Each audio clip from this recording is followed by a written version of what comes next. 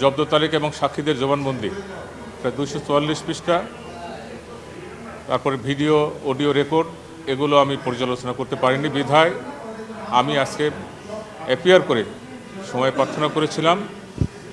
বিজ্ঞ ট্রাইব্যুনাল আমাকে সময় মঞ্জুর করেছেন। আগামী বৃহস্পতিবার এই মামলার 4 শুনানি করতে হবে এবং আমি আগামী বৃহস্পতিবার জনাব সজিব আহমেদ জয়ের পক্ষে আমি 4 শুনানি করব। আমি চেষ্টা করব আইনের সীমাবদ্ধতার মধ্য থেকে যতটুকু ডিফেন্স আমার ক্লায়েন্টের জন্য প্রয়োজন সর্বাত্মক চেষ্টা করব। আমি সমস্ত সাক্ষী পর্যালোচনা করব এবং যে সমস্ত প্রসিকিউশন থেকে যে সমস্ত এলিগেশন আনা হয়েছে এলিগেশনকে ডিফেন্ড করার চেষ্টা করব।